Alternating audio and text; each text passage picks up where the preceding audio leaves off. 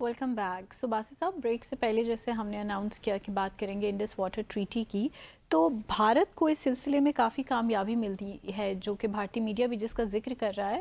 تو آپ اس کامیابی کو کس طرح سے دیکھتے ہیں؟ کامیابی ہے بھی کہ نہیں؟ یہ اچھا سوال پوچھا ہے آپ نے کہ کامیابی ہے بھی کہ نہیں. 2 دن پہلے یہ کہانی ذرا تھوڑا سا آگے سے شروع کر دیتے ہیں، Sure. پیچھے سے. 2015 میں ہم نے کشن گنگا بن رہا ہے، جو ہے اللہ بھلا کرے آپ کا جہلم میں پہاڑ پروجیکٹ ہے مقبوضہ جموں اور کشمیر میں، جو 330 میگا واٹ کا ہے. اس کے علاوہ بن رہا ہے رتلے پاور پروجیکٹ جو کہ چناب پہ ہے. وہ ہے 850 میگا واٹ کا. بڑے پروجیکٹس ہیں. تو ہمیں کچھ ان کے ڈیزائن پہ کچھ ہمارے خدشات تھے، کیونکہ بھارت تو شروع میں ہم سے کوئی شیئر نہیں کرتا.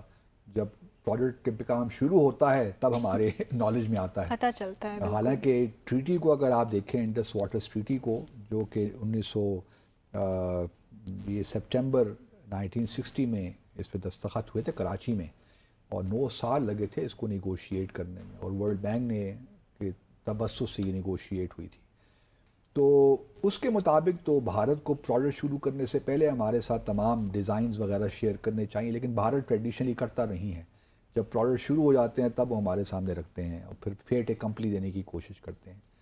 تو کشن گنگا اور رٹلے میں بھی یہی ہوا. ہمارا خیال یہی تھا کہ ان ڈیمز کے بننے کی وجہ سے، ان پروجیکٹس کی وجہ سے جو پاکستان کو پانی ملنا چاہیے اس میں رکاوٹیں پیدا ہوں گی. تو ہم نے یہ معاملہ ریفر کر دیا ورلڈ بینک کو، کیونکہ ہم نے پہلے کوشش کی کہ جو آرٹیکل 9 کے تحت جو بھی ہمارے اختلافات ہیں، تنازعات ہیں، ان کو ہم آرٹیکل جو میکنزم ہے اس کے تحت بائی لیٹرلی ہم ان کو سالو کرنے کی کوشش کریں. تو انڈس واٹرز کمیشن کی کافی ملاقاتیں ہوتی رہیں، لیکن یہ معاملات وہاں پہ طے نہیں ہوئے. تو پھر 2015-16 میں ہم نے ان معاملات کو ریفر کر دیا ورلڈ بینک کو کہ جی ہم سے ہی نہیں ہوتا، آپ کوئی نیوٹرل ایکسپرٹ لگا دیجئے. تو انہوں نے نیوٹرل ایکسپرٹ ایک لگا دیا. تو پھر اس کے بعد نیوٹرل ایکسپرٹ سے بھی یہ تقریباً آپ کہہ لیے کہ نیوٹرل ایکسپرٹ ایک صاحب ہیں میشیل لائنو. یہ پریزیڈنٹ ہیں international commission of large dams, ایک کمیشن ہے، تو اس کو وہ ہیڈ کرتے ہیں. تو ان کو نیوکلیر ایکسپرٹ لگا دیا کہ جی آپ یہ جو 7 ہمارے کنسرنس تھے ویزاوی دیز 2 ڈیم پروجیکٹس، تو ہم نے وہ کنوے کر دیے. تو انہوں نے ہم نے کہا کہ جی اس پہ آپ ذرا تھوڑا سا بتائیے. اچھا، مین وائل 2022 میں شاید ہم نے، یہ اس سے پہلے ہوگا، ہم نے دیکھا کہ نیوٹرل ایکسپرٹ جو ہیں وہ سارے معاملات صحیح نہیں چل رہے. تو ہم نے، کیونکہ کچھ اس میں لیگل ایشوز بھی ہیں، کچھ ٹیکنیکل ایشوز ہیں. جہاں تک ٹیکنیکل ایشوز کی بات ہے وہ تو نیوٹرل ایکسپرٹ کر لیتا ہے، کیونکہ اس کا انجینئرنگ سے تعلق ہوتا ہے، ٹیکنیکل آدمی ہوتا ہے. لیکن کچھ اس میں لیگل ایشوز بھی تھے. تو ہم نے کہا کہ اس کو جی کچھ ایشوز ایسے بھی ہیں انہی پاور پروجیکٹ سے منسلک جو کہ لیگل ایشوز ہیں، جس کے لیے کورٹ آف آربیٹریشن کا ہونا ضروری ہے، کیونکہ یہ صرف کورٹ ہی ڈیسائیڈ کر سکتی ہے. تو ورلڈ بینک نے ہماری بات مان لی. تو انہوں نے کورٹ آف آربیٹریشن بھی بنا دی میرے خیال 2022 میں. اچھا، بھارت کو اس سے اختلاف ہے. بھارت کہتا ہے کہ جو میکنزم دیا گیا ہے آرٹیکل 9 میں ٹریٹی کے اندر، اس کے تحت یہ سائملٹینس پروسیس نہیں ہے. ایسا نہیں ہو سکتا کہ ایک طرف آپ نے نیوٹرل ایکسپرٹ بنایا ہو اور دوسری طرف آپ کورٹ آف آربیٹریشن کانسٹیٹیوٹ کریں. رائٹ. یہ دونوں پروسیسز جو ایک ساتھ نہیں چل سکتے. یہ گریڈڈ پروسیس ہے. پہلے بائی لیٹرل ہم اس کو کوشش کریں گے، وہاں نہیں ہوگا تو نیوٹرل ایکسپرٹ کرے گا. نیوٹرل ایکسپرٹ یہ سمجھے گا کہ میں یہ نہیں کر سکتا تو پھر یہ کورٹ آف آربیٹریشن ہوگی. تو ایک گریڈڈ پروسیس ہے. ہمارا ماننا یہ ہے کہ ایسی بات نہیں ہے. ٹیکنیکل ایشوز جو ہیں یہ ضرور ہے کہ پہلے ہم بائی لیٹرلی ان کو سیٹل کرنے کی کوشش کریں. اگر ہمارے ڈفرینسز، ٹیکنیکل ڈفرینسز ہیں، وہ بائی لیٹرلی نہیں ہو سکتے تو ہم پھر ورلڈ بینک سے کہیں گے کہ جی نیوٹرل ایکسپرٹ آپ کو یہ اپوائنٹ کر لیں. لیکن اگر کوئی لیگل ایشوز ہیں، کوئی ڈسپیوٹس ہیں، ڈفرینسز نہیں ہیں، ڈسپیوٹس ہیں، تو پھر وہ کورٹ آف آربیٹریشن اس کو کر سکتی ہے سائملٹینیسلی. جب یہ ہوا 2022 میں، تو بھارت نے کہا کہ جی ہم تو کورٹ آف آربیٹریشن نہیں جائیں گے، کیونکہ ہمارے خیال میں یہ انٹرپریٹ. اب دیکھیے یہ انٹرپریٹیشن ہم نے نہیں کی، صحیح. یہ تو ورلڈ بینک کو ہم نے ریکویسٹ کی نا. ورلڈ بینک کا کام تھا کہ وہ پاکستان کو کہہ دیتا کہ جی بھارت جو کہتا ہے وہ ٹھیک کہتا ہے. یہ تو گریڈڈ پروسیس ہے. ابھی تو نیوٹرل ایکسپرٹ نے اپنی جو ہے نہ آپ کی بات سنی نہ انڈیا کی بات سنی, ابھی تو اس نے کوئی فیصلہ دیا ہی نہیں اپنا. تو آپ کورٹ آف آربیٹریشن کیوں ہم قائم کریں؟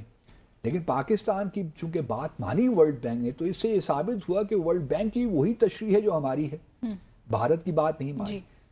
اچھا, to cut the long story short, Bharat نے کورٹ آف آربیٹریشن کو بائیکاٹ کر دیا. انہوں نے کہا یہ ہم صرف نیوٹرل ایکسپرٹ ہمیں بلائے گا تو ہم اس کی بات سنیں گے اور ادھر ہی اپنا جو ہے مقدمہ پیش کریں گے. مین وائل اب کچھ روز پہلے نیوٹرل ایکسپرٹ نے صرف یہ بیان دیا ہے کہ میں سمجھتا ہوں, جو میشیل لائنا ہیں, کہ میرے خیال میں جتنے بھی ساتھ کے ساتھ جو پاکستان نے ایشوز ریز کیے ہیں وہ میرے جورسڈکشن میں آتے ہیں اور میں ان کو سن سکتا ہوں. تو اس کو بھارت کہہ رہا ہے کہ بہت بڑی ہماری کامیابی ہو گئی ہے. ابھی کوئی فیصلہ آیا نہیں ہے, ابھی تو یہ معاملات اس پہ مطلب پروسیڈنگز ہونی ہیں. نیوٹرل ایکسپرٹ بیٹھے گا, پاکستان بھی جائے گا, بھارت بھی آئے گا, ہم اپنا آرگومنٹ پیش کریں گے, وہاں سے ان کا آرگومنٹ آئے گا, اس کے بعد پھر نیوٹرل ایکسپرٹ اپنی رائے دے گا ان 7 ایشوز پہ. پھر وہ یہ بھی دیکھے گا کہ آیا اس کو ضرورت ہے کورٹ آف آربیٹریشن میں جانے کی کہ نہیں. لیکن اب اس نے کوئی فیصلہ نہیں دیا, اس نے صرف اتنی بات کی انہوں نے, مسٹر لائنو نے, کہ میری کمپیٹنس میں آتا ہے کہ میں ان کو سن سکوں.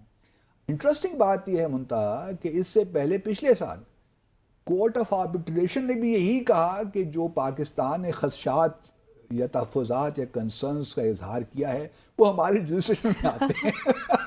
لیکن اس وقت ہم نے تو کوئی شور نہیں مچایا کہ ہماری کامیابی ہو گئی ہے, کیونکہ بھی کامیابی تو تب ہونا کہ جو ہمارے 7 کنسرنز ہیں ان کے بارے میں کوئی فیصلہ, یہ تو پروسیڈرل چیزیں ہیں. تو اس پہ بھارت میں بہت خوشی منائی جا رہی ہے کہ جی بھارت کی بہت بڑی کامیابی ہو گئی. تو باسط صاحب آپ نے تو ساری خوشیاں ان کی خاک میں ملا دی. چلیے وہ خوش ہوتے رہیں, آپ نے تو پوری تشریح بدل ڈالی. لیکن میں تو وہ بات کر رہا ہوں, میں جو بات کر رہا ہوں جو کہ ٹریٹی کے اندر لکھی ہوئی ہے نا, وہ ٹھیک ہے. وہ پاکستان کی اس کو ناکامی قرار دے رہے ہیں, بہت خوش ہو رہے ہیں کہ پاکستان کو ناکامی ہو گئی. پاکستان نیوٹرل ایکسپرٹ نے بھارت کی پوزیشن کو انڈورس کر دیا, حالانکہ پچھلے سال کورٹ آف آربیٹریشن جو بنی تھی انہوں نے پاکستان کی پوزیشن کو انڈورس کر دیا تھا کہ ہم یہ سارے معاملات سن سکتے ہیں. تو اس لیے اس سے کوئی فرق نہیں پڑتا. اب چیزیں آگے جائیں گی تو پتہ چلے گا کہ کیا پاکستان کے جو تحفظات تھے وہ درست تھے کہ نہیں تھے. اصل معاملہ یہ ہے. بالکل. اور آیا جو کورٹ آف آربیٹریشن ہے یا نیوٹرل ایکسپرٹ بھی ہے فار دیٹ میٹر, کیا وہ ان کے تحفظات کو, پاکستان کے تحفظات کو رد کر دیتا ہے, یا پھر بھارت کو انسٹرکشنز ایشو ہوتی ہیں کہ آپ یہ ڈیزائن میں اپنی یہ تبدیلیاں کیجیے. تو میں امید کرتا ہوں کہ ہماری جو ٹیم ہے, جو بھی کورٹ آف آربیٹریشن, تو چونکہ اب ایک لحاظ سے میں سمجھتا ہوں کہ معاملہ کھٹائی میں پڑ گیا ہے, کیونکہ بھارت جا ہی نہیں رہا تو پھر فیصلہ کرنا مشکل ہو جائے گا. تو نیوٹرل ایکسپرٹ میں ہمارے لوگ جائیں گے, وہ ٹیکنیکل لوگ ہوں گے, کچھ سمجھدار لوگ ہوں گے. ماضی میں بغل ہار ڈیم میں بھی ہمارے فیصلہ ہمارے حق میں نہیں آیا. یہ نہ ہو کہ ان 2 پروجیکٹس میں جو ہم نے تحفظات یا کنسرنس شو کیے ہیں پھر ہمارے وہ کنسرنس کو ریجیکٹ کر دیا جائے. تو میں امید کرتا ہوں کہ ہماری جو ٹیم ہے اس میں صحیح لوگوں سے مشورہ کر کے اچھا ایک بریف بنا کر جائیں گے. آئیں شائیں بائیں نہیں ماریں گے, کیونکہ ٹیکنیکل اور لیگل ایشوز ہیں, اس میں آپ کے پاس اسپیس بہت کم ہوتی ہے, خاص طور پہ ٹیکنیکل ایشوز پہ. تو جو بھی ٹریٹی میں اسپیسیفیکیشنز ہیں, جو بھی انیکشر ایف ہے کیا ہے, اس کے تحت تمام یہ معاملات آگے جائیں گے. زبردست. باسی صاحب پتہ بھی نہیں چلا اور آج کے شو کا ٹائم جو ہے اختتام پذیر ہوا چاہتا ہے. اپنے ویورز سے بھی لیں گے اجازت اور حاضر خدمت ہوں گے انشاءاللہ کل دوبارہ سے مزید دلچسپ موضوعات کے ساتھ. Till then take care of yourself, be happy, خدا حافظ.